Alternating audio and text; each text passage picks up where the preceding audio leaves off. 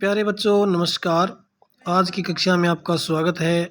आज हम हल करेंगे कक्षा 10वीं के अर्धवार्षिक परीक्षा पत्र जो अभी सितंबर 2023 में हुआ है। और इससे पहले जो बच्चे अपने चैनल पर नए हैं वो चैनल को सब्सक्राइब अवश्य कर लें। तो देखिए, इसमें हम करते हैं प्रश्न नंबर 1 से शुरू। प्रश्न नंबर 1 में क्या दिया हुआ है? अधोलिखितम अनुच्छेदम पठित्वा प्रदत्त प्रश्नानाम उत्तराणि संस्कृत पूर्ण वाक्य लिखत। संस्कृत भाषा में प्रश्नों के उत्तर देने इस अनुच्छेद को पढ़ करके। पहला है, संस्कृत भाषा या पुनर्जीवनम कदा भविष्यति। संस्कृत भाषा का पुनर्जीवन कब होगा? यहाँ से आएगा ये, यदा जनजीवन से प्रत्येक क्षेत्रे संस्कृत से प्रयोग भविष्यति तदा संस्कृत भाषाया पुनर्जीवनम भविष्यति। ये उत्तर आएगा यहाँ से लेकर के। और ख में है, कस्य आत्मा संस्कृता प्रकाश्यते, तो भारतस्य आत्मा संस्कृता प्रकाशते। इस प्रकार के और ख का उत्तर यहाँ है। ग में देखिए, छात्राः कुतः अध्ययनार्थम अत्र आगच्छन्ति। छात्र अध्ययन के लिए कहाँ से यहाँ आते थे? तो नालंदा तक्षशिला आदि विश्वविद्यालयेषु विविध शास्त्राणि तेभ्यः पठन्ते समय। नहीं, एक बार और देखिए, प्रश्न को दोबारा देखते हैं। छात्रा कुतः अध्ययनार्थम, कहाँ से अध्ययन के लिए आते थे? तो इसका उत्तर आएगा भाई, देखिए, विदेशेभ्यः छात्रा अध्ययनार्थम आगच्छन्ति स्म। ये उत्तर आएगा। इसके बाद घ में देखिए, भारतम विश्वगुरु इति ख्यातिम कदा अलभत। भारत विश्वगुरु की ख्याति कब प्राप्त करेगा? तो अनुच्छेद में क्या दिया गया है? ये दिया गया है कि संस्कृत भाषा यदा भारतस्य व्यवहार भाषा आसीत् तदा भारतम विश्वगुरु इति ख्यातिम अलभत। कि संस्कृत भाषा जब भारत के व्यवहार की भाषा हो जाएगी तो भारत विश्वगुरु की ख्याति प्राप्त कर लेगा। इसके बाद अड़ में देखिए दिया गया है कि अस्य गद्यांश उचितम शीर्षकम। इस गद्यांश का उचित शीर्षक क्या हो सकता है? संस्कृत महत्वम, संस्कृत भाषाया महत्वम, या संस्कृत भाषा। इसी प्रकार से इसके समानार्थी कोई और भी देते हैं तो ये उचित इसका शीर्षक हो सकता है इस गद्यांश का। प्रश्न नंबर 2 में अवकाश में खाली स्थान जो है हम भरने थे। सेवायाम प्रधानाचार्य महोदय राजकीय उच्च विद्यालय भिवानी। अब यहाँ पर क्या आएगा? पहले में आएगा माननीय, यह माननीय 1 नंबर में आएगा। उसके बाद सविन्यम खाली स्थान अस्ति, तो इसमें आएगा निवेदनम। और यत अहम गत सायंकालतः जवर पीड़ित अस्मि, 3 नंबर में जवर पीड़ित आएगा। जवर तापेन अहम अत्यंत कृशः अस्मि, यहाँ पर अस्मि आएगा। अतः भवान 3 दिनत्रयस्य अवकाशम, 5वें में आएगा अवकाशम। तो इस प्रकार से इन रिक्त स्थानों को जो भरना था। इसके बाद देखिए, गद्यांशम पठित्वा हिंदी भाषा में सप्रसंग इसका जो है अनुवाद हमें करना है। बहु पत्यानि में संतति सत्यम तथापि अहम एतस्मिन् पुत्रे विशिष्य आत्मवेदनाम् अनुभवामि यतो हि अन्यमन्येभ्यो दुर्बलः सर्वेषु पतेषु जननी तुल्यवत्सला एवं तथापि दुर्बलेषु ते मातु अपि अधिक कृपा सहजैव। इसमें क्या है कि तुल्यवत्सला यानी कि जो माता का जो प्रेम होता है वो सभी के ऊपर समान रूप से। जननी तुल्यवत्सला नामक पाठ से प्रस्तुत गद्यांश हमारी संस्कृत की पाठ्य पुस्तक सेमुसी भाग द्वितीय में संकलित पाठ जननी तुल्यवत्सला से लिया गया है।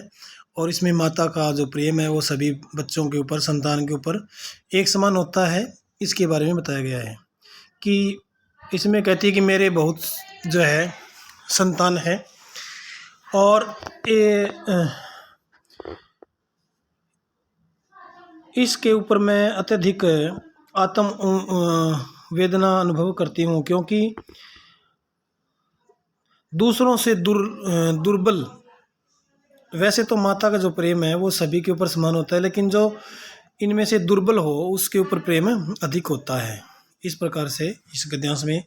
और दूसरा है बुद्धिमती, जो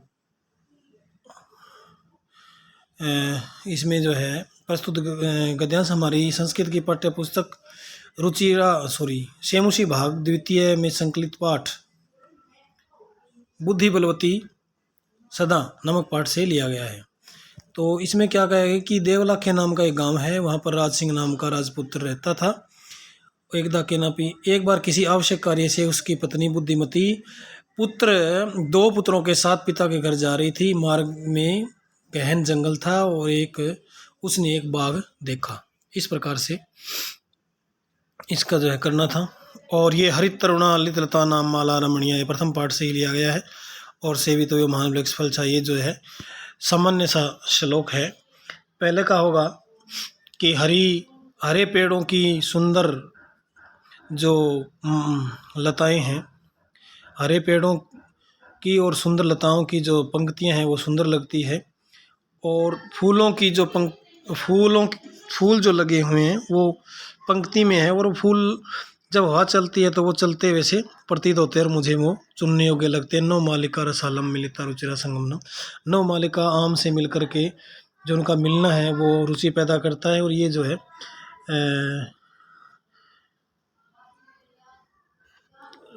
सूची पर्यावरणम जो पाठ है उसमें से लिया गया है।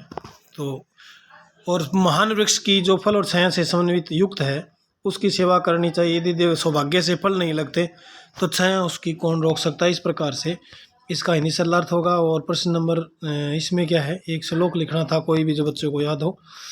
प्रश्न नंबर इसमें देखिए कै भाग गुण संधि अथवा वृद्धि संधि की जब ए या के बाद ई हो तो दोनों वर्णों के स्थान पर ए, ऊ हो तो दोनों वर्णों के स्थान पर ओ, री हो तो अर और लरी हो तो अल हो जाता है। इसे गुण संधि कहते हैं। और वृद्धि संधि में जब ए या के बाद ए ऐ हो तो दोनों वर्णों के स्थान पर ऐ हो जाएगा। ओ औ हो तो दोनों वर्णों के स्थान पर औ हो जाता है। जैसे एक प्लस एकम एक एकम। द्वंद्व समास जिस समास में दोनों पद प्रधान हो, जैसे पितरऊ माता च पिता च। और द्विगु समास जिस समास में प्रथम जो पद है वो संख्यावाची हो। और कर्ण कारक और संप्रदान कारक, कर्ता जिस साधन के द्वारा क्रिया को पूरी करता है वो कर्ण कारक होता है। और दान क्रिया के द्वारा कर्ता जिसको संतुष्ट करना चाहता है वो संप्रदान कारक होता है। ये कारकों की परिभाषा एक लिखनी थी। नदी शब्द की तृतीय एक वचन में क्या बना, नद्या बनेगा। क्या बनेगा, नद्या। इस प्रकार से गम धातु लिट लकार मध्यम पुरुष एक वचन, गम धातु लिट लकार मध्यम पुरुष, इसमें आएगा गमीष्यसि, गमीष्यसि। इस प्रकार से हम इसको लिखेंगे। इसके बाद देखिए कोष्ठ का स्तंभम चित्वा लिखत स अंधा दोनों आंखों से होता है तो इसमें नेत्राभ्याम आएगा। इसमें आएगा नेत्राभ्याम। कोलाहलम माकुरुत और शुद्ध है सख्यम शुद्धि भी सह भवती, इसमें आएगा सह। इसके बाद प्रश्न नंबर 9 से जो है ऑप्शनल है। इसमें देखिए आप जगत शब्द की सप्तमी के एक वचन में रूप होगा, सप्तमी के एक वचन जगती बनेगा। और मलेन सहितम होएगा सैमलम। सर्व कार्येषु सर्वदा का बलवती, तो इसमें आएगा बुद्धि। इसी प्रकार से प्रश्न नंबर 4 में देखिए सत्वरम पद का विलोम, सत्वर होता है जल्दी, तो इसका होगा शनै शनै। और उदातरम में समुदाचार्यतर विशेषण पदम, तो उदातरम में जो है विशेषण है, समुदाचार्य इसमें विशेष्य है। खलु एतत् में संधि क्या है, खलु प्लस एतत् आएगा इसका, ये गए खलु प्लस एतत्। और रामश्च अस्य संधि विच्छेदम, राम है प्लस च ख आएगा। इसके बाद विशेष्य इति पदे क प्रत्यय प्रयुक्त है, विशेष्य के अंदर लेप प्रत्यय है, गए उत्तर आएगा इसका लेप। तो इस प्रकार से इन प्रश्नों को हल करना था। आशा करता हूँ कि समझे होंगे। धन्यवाद।